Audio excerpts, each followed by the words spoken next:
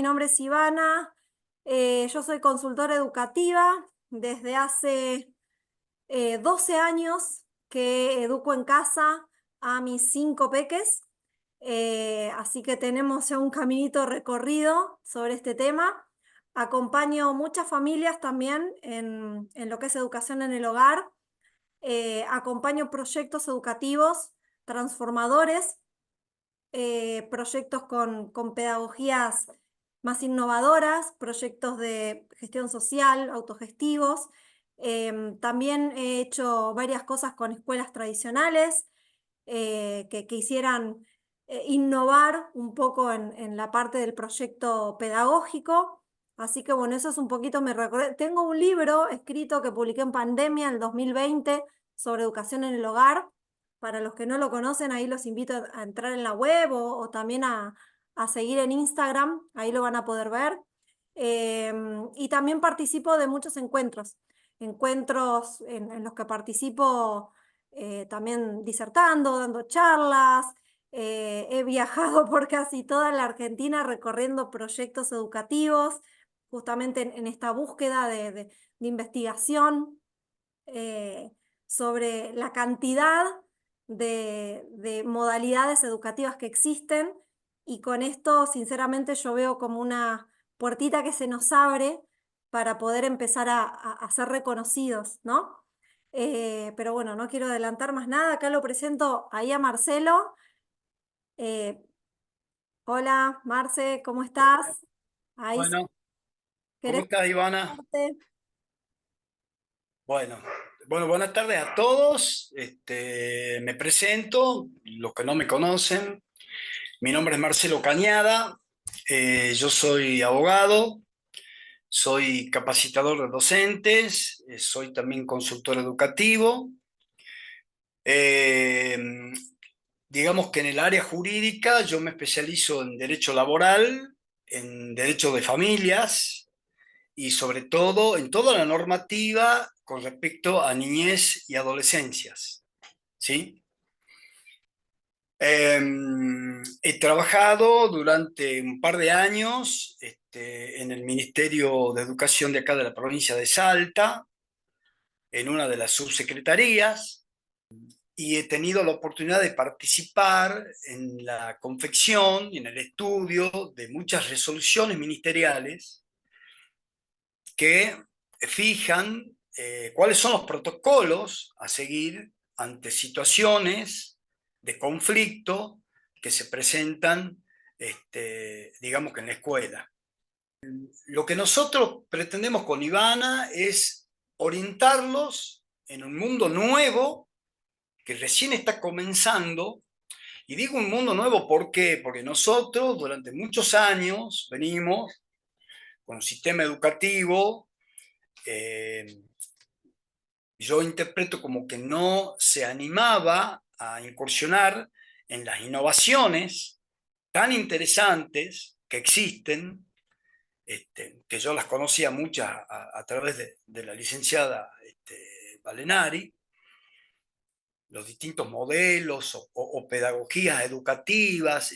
Y casualmente la misión nuestra en este Zoom es analizar y contarles a ustedes a dónde apuntan estas medidas que se han dictado en un par de días. Te quería preguntar cuál es la diferencia entre el DNU y la ley Ómnibus, que ahí me estuvieron consultando muchos también, si está Claro. aprobado, si no está aprobado, y me parece que para hablar de lo que está aprobado, lo que ya está vigente y lo que no está vigente, primero tenemos que diferenciar entre el DNU y la ley Ómnibus. Sí.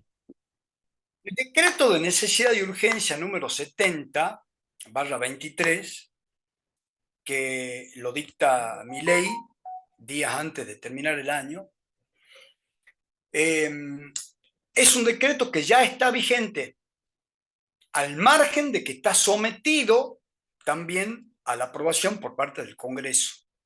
Cuando hablamos de Congreso, estamos hablando en este caso Congreso Nacional, el Congreso de la Nación, que está compuesto por diputados provinciales y por senadores provinciales, ¿sí? ¿Por qué esto? Porque la Constitución Nacional establece cuáles son los procedimientos exactos a través de que el Poder Ejecutivo, que está compuesto por el presidente y por sus ministros, puede o no puede, digamos, derogar una ley. Y todo lo que es legislación en la República Argentina y obviamente en el derecho comparado es competencia del Congreso, no competencia del presidente. Entonces, el presidente no puede dictar una ley, pero puede dictar un decreto de necesidad y urgencia, que la misma palabra lo está definiendo. Es un decreto porque parte del Ejecutivo y no del Poder Legislativo, que es el Congreso.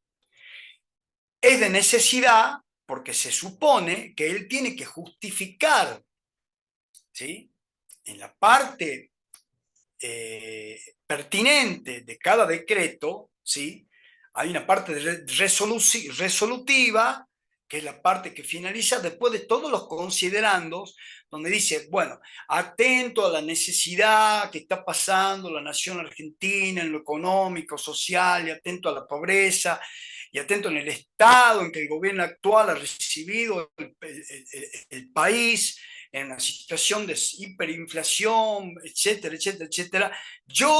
Se lo estoy tratando de hablar en forma criolla, yo me tomo el atrevimiento ante la necesidad y la urgencia que hay, que no permite dilatar medidas en el tiempo.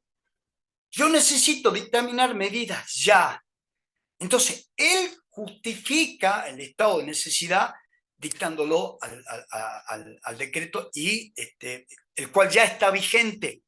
Ese ¿Sí? puntualmente es el decreto que ya actualmente está vigente y Sí. que habla muy poquito de educación. Nada. Es Casi decir, muy nada. poquito, claro, casi nada. Lo único, La única alusión que hace a educación, a ver, decilo vos, Iván. lo único que dice sobre educación es acerca de los servicios esenciales. Es decir, que declara la educación un servicio esencial, con lo cual los maestros no pueden hacer paro, ¿sí? Por otro Bueno, lado, está la ley ómnibus, que todavía no está aprobada y que ahí te doy la palabra a vos, exacto. Marcelo, que son dos cosas Claro, distintas. Sí dos cosas salieron en distintas. simultáneo, Exacto. por esto que decía Marcelo en la introducción, ¿no? De repente asume el presidente y empieza a hacer un montón de reformas en un plazo, la verdad que bastante reducido, salen al mismo tiempo, pero la diferencia también es esta, que el DNU está vigente y habla ese poquitito que mencionamos recién sobre educación, y la ley que todavía no está aprobada, que tiene un plazo, ¿no? Hasta fines de enero o algo así para ser aprobado o no, Es, exacto. habla sobre un montón de cosas de educación que no nos vamos a poner a detallar porque nada, son un montón de ítems que si quieren después lo seguimos charlando, podemos seguir debatiendo en redes, seguir opinando, porque de nuevo creo que todos estamos metidos en esto, pero lo que traemos acá son particularmente dos de los artículos que se proponen, dos de las modificaciones que se proponen, que tienen relación con el tema de la educación en el hogar y de alguna manera con las modalidades de educación diferentes a la tradicional, ¿no? Yo quiero leer exactamente lo que dice el artículo 544, que es el que sustituye al artículo 7 de la ley 24.521 de educación superior, que ese sí me parece importante. Todas las personas que aprueben la educación secundaria pueden ingresar de manera libre e irrestricta a la enseñanza de grado en el nivel de educación superior. Este ingreso debe ser complementado mediante los procesos de nivelación y orientación profesional y vocacional que cada institución de educación superior debe constituir, pero que en ningún caso debe tener un carácter selectivo, excluyente o discriminador. Alternativamente, las instituciones de educación superior deberán implementar un examen que permita al estudiante ingresar directamente sin complementar el proceso de nivelación y orientación profesional y vocacional mencionado, y el estudiante podrá optar entre el mencionado proceso o un examen de ingreso directo. A grandes rasgos, ¿por qué quería traer este artículo a colación? Porque hay muchos que lo interpretaron como que el ingreso universitario va a ser irrestricto, entonces no vamos a necesitar certificación de estudios, menos de nivel secundario para ingresar a la universidad. Esto no es así, porque lo que dice el artículo es que toda persona que apruebe la educación secundaria, es decir, que el certificado de finalización de secundaria tiene que estar. Por otro lado, acá hace referencia también más que nada al tema del CBC, ¿sí? O sea que uno no necesita hacer todo el año de CBC, sino que mediante un examen, si está, digamos, en las condiciones de aprobar ese examen, puede directamente ingresar sin necesidad de hacer el año de CBC. A eso se refiere este artículo. O sea que en primer lugar, quiero aclarar ese tema, ¿no? Que no es que el acceso libre y no necesito certificación de secundaria, sino que la certificación la necesito. Y otra cosa importantísima que me parece que hay que analizar es que este artículo, puntualmente, sustituye el artículo 7 de la Ley de Educación Superior, que es el que dice que los mayores de 25 años pueden ingresar a la universidad no teniendo secundario completo. Este es uno de los artículos de los cuales los que hacemos educación en casa, muchos ya lo sabrán de hace tiempo, que una de las formas que tenemos también para reincorporarnos al sistema, no habiendo obtenido certificación en los años anteriores, es a partir de los 25 años, cuando el ingreso universitario es libre, que no necesito un título secundario, ¿sí? Tiene un derecho que nosotros estamos teniendo y que tenemos que tener cuidado porque en esta nueva ley ese artículo se está sustituyendo y se está omitiendo eso que sí me parece importante y no debería omitirse, ¿sí? Pero a mí me parece, de nuevo, Escuchame, Ivy. yo coincido con Marcelo, que para mí es una omisión que no es adrede, sino que es justamente por desconocimiento de lo que este lado de las familias necesitamos. Dijimos que eran dos, los que íbamos a hacer hincapié. El primero es el artículo 524, y el segundo es el 550, donde precisamente habla de el estudio a distancia híbrido. Les leo tal cual como dice. Los estudios a distancia híbridos como alternativa a la educación presencial a partir del segundo ciclo de nivel primario para menores de edad, esto es segundo ciclo, cuarto grado, jóvenes y adultos podrán impartirse en las distintas modalidades educativas. Esto nada, es un concepto muy amplio, como decía Marcelo ahí al comienzo, que se entiende por educación híbrida, que se entiende por distintas modalidades educativas. Está como muy abierto y eso, bueno, hay que un poco definirlo. Por educación híbrida, digamos, yo estando dentro de lo que es educación y marketing educativo, el blended learning o educación híbrida, que es la traducción en español, siempre se entendió como la fusión entre educación presencial y virtual, ¿sí? Por eso se le llama híbrido. Ahora acá hace referencia a educación a distancia híbrida, con lo cual no queda muy claro si se refiere a justamente este mix o se refiere a educación virtual.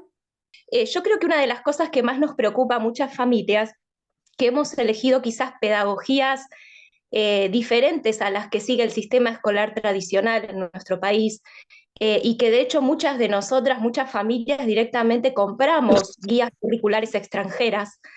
Yo creo que una de las mayores preocupaciones es que se nos obligue a moldarnos a una guía curricular que no hemos escogido. Como hoy en día tenemos escuelas sombrillas que nos permiten certificar según la pedagogía o currículum que hayamos elegido, qué bueno que estaría que toda la reglamentación que se dé en nuestro país pueda considerar esas certificaciones como válidas, ¿no? Vamos a aclarar para aquellos que no saben, hoy por hoy, las familias y los espacios educativos que no están, digamos, habilitados, homologados por el Ministerio de Educación o la Secretaría de Educación, hoy por hoy tenemos dos formas de certificar estudios. Uno es el examen libre, que solamente se rinde en Ciudad de Buenos Aires. Gente del interior viene a rendir a Buenos Aires. Es importante también aclararlo porque no es que es solamente para gente que vive en Cava, sino que también hay mucha gente del interior que viene a rendir a Buenos Aires. Las extranjeras, que nosotros usamos mayormente las escuelas norteamericanas, son otra forma de certificar estudios, dado que en Estados Unidos el homeschooling está regulado y es legal. Entonces, nos da también la libertad de poder educar bajo el modelo curricular que más nos guste y poder certificar esos estudios.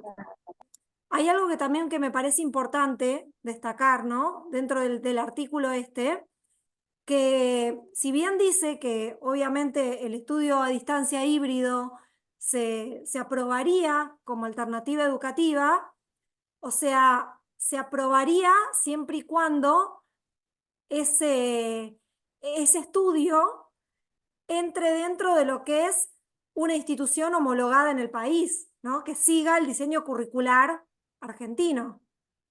Entonces ahí está un poco lo que decían recién, creo que lo decía Flor, que el tema de quizás la escuela extranjera nos da la posibilidad de poder elegir el diseño curricular que nosotros consideremos mejor o más idóneo para nuestros hijos o para el espacio educativo X al que pertenezcamos.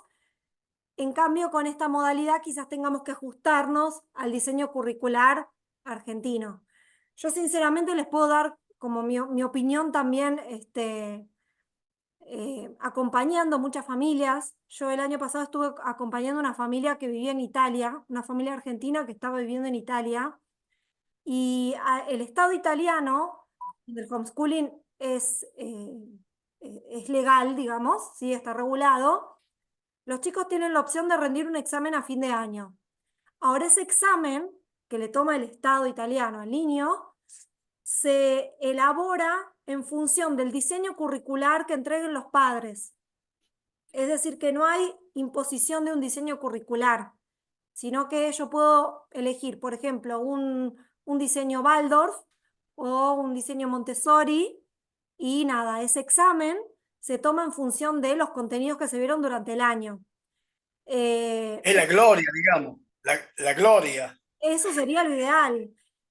y obvio. Les doy otro ejemplo. Este año estoy acompañando también una familia, la chica es argentina y está viviendo en India, y ellos tienen, de nuevo el homeschooling ahí es legal y está regulado, y ellos tienen la opción de elegir si quieren trabajar el diseño curricular nacional o quieren trabajar un diseño internacional, que es el International Baccalaureate. Entonces, esas opciones existen en los países donde el homeschooling está regulado. Yo creo que a lo que apuntamos no estamos en una situación de confrontación con nadie. Como yo he recorrido, por ejemplo, lugares más humildes donde tal vez la escuela era el lugar de contención antes que esos chicos estuvieran en casa, donde los chicos en casa vivían situaciones de violencia y en la escuela era como digamos, su isla, ¿sí? Su oasis, chicos donde iban a comer. Sí, sí. Entonces, uno no, o sea, yo lo que quiero apuntar a esto es que no es que estamos en contra de ningún sistema, de ninguna modalidad, simplemente lo que pedimos es apertura, es inclusión, porque la inclusión no es solamente acerca de la diversidad de género. Yo creo que estamos ante una diversidad de opciones educativas que está a la vista, quieran creerlo o no, está a la vista, porque cada año son más las familias, cada año son más los espacios educativos que se abren, entonces y está creciendo a un nivel, no solamente acá en la Argentina, sino a nivel mundial.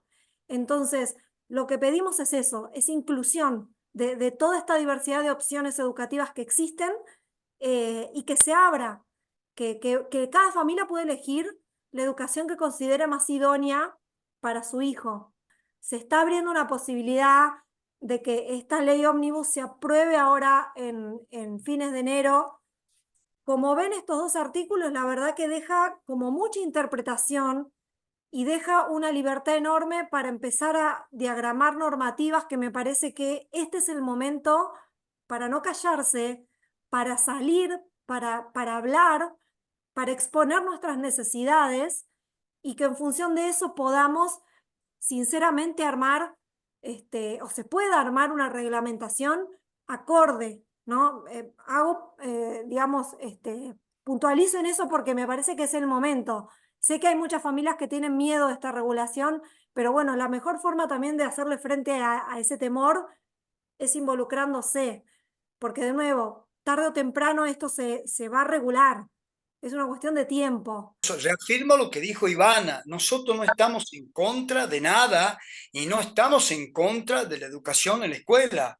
Estamos acá para que reflexionemos todos, ¿sí?, en poder sumar alternativas nuevas y a raíz de esta puertita que se está abriendo con el proyecto de ley ómnibus, ¿sí?, sumar voluntades y casualmente tratar de llegar hasta los diputados como ciudadanos, como expresión popular, con proyectos de leyes, porque ese es el mecanismo constitucional acá en Argentina.